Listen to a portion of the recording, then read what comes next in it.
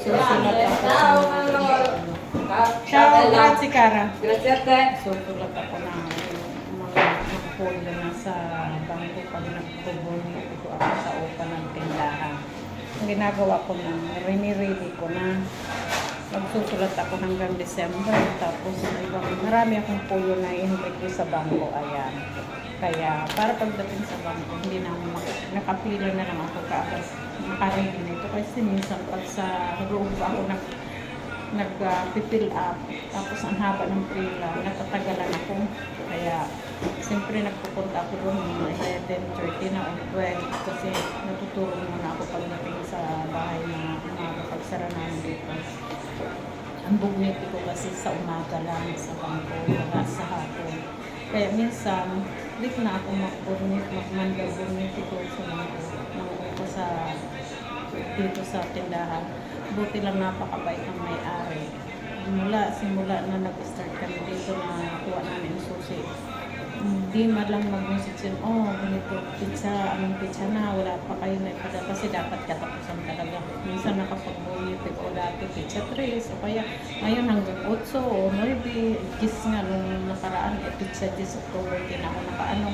Kasi nalilit ako minsan nagising ako alas 12 na, alauna. Hindi na ako napunta, kinabukasan na lang ganyan.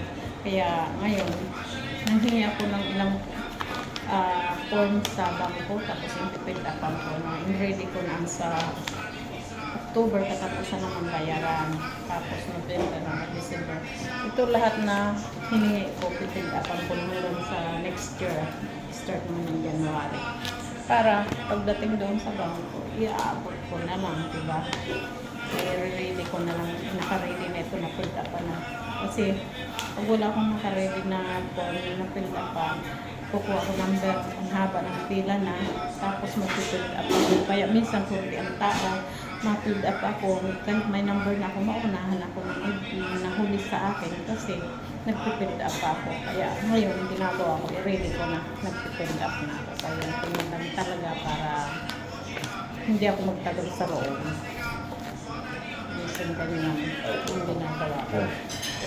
Kaya kailangan ko ready lahat. Kaya ang dami kong dapat isulat ngayon. Pati na naman yung sa presyo ng rate. Ilang rate yan. Matagal na hindi kami nagsusulat. Dapat kasi ang temperature ng rate araw-araw linilista yan. May form kami na pinigay ng chichi na araw-araw isusulat ang temperature ng temperature kung sa Tagalog temperature ng rate. Sa atin, ang temperature sa rate ay ilang rate yan? Isa, dalawa, tatlo, apat. Apat yan na rate. Isa, dalawa, tatlo, apat yan na rate. Sa ngayon, apat. Dahil yung sadyang sa insalata. Ano na yung mahaba sa may kahari. Ciao, ragazzi. Kaya ngayon, kailangan ko ilista. Kaya ngayon, nirili ko na.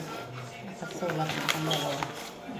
October, tapos November. Ganyan. Tapos nandito lahat yung mga result mula sa simula. Tapos sa start ng January, bagong plastic na naman ito sa dalawang taon. Mahigit na kasi kami 2 taon. Kaya kailangan every year, isang plastic. Ayan. Okay. Kaya susulat na. Ayan. Kaya naka-ready na. May perma ko na. Ayan. Ang may-ari din itong natindahan namin, pwesto, commercialista.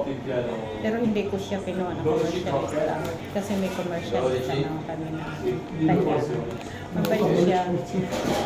Hindi, kahit kailan talaga. Hindi ko pa nga na-send sa kanya ang resibo sa October. Ay, send ko sa WhatsApp. Nakakalimutan ko. Pero hindi man nagbe-message siguro. In-check man sa bangko ang niya. Alam ko mag-check. Alam na niya na nakapadala na ako sa bangko. Kaya, okay. Salamat. Siya nga pala, please support naman ng ating YouTube channel, Pido Nartibab. Please support naman sa inyong lahat yan. At maraming salamat sa mga nakasubscribe na at pakishare na rin at pakiclick mo all the videos at pakishare na rin at pakisabi na rin sa mga kaibigan mo na pakisupport naman ang aking YouTube channel at pakishare din nila.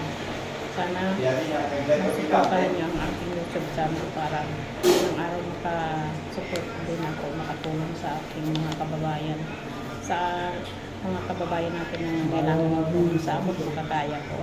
Sana bilang araw lumaki din po ng YouTube channel. Okay. Dito ako nagsusulat sa tindahan kasi may kami sa amin sa kwarto. Wala akong panahon kayo sa araw na pagdating ng bahay, sa umaga natutulog, pag-isip, maligo, balik naman dito sa tindahan. Kaya dito ako ginagawa ito. Kaya maraming salamat.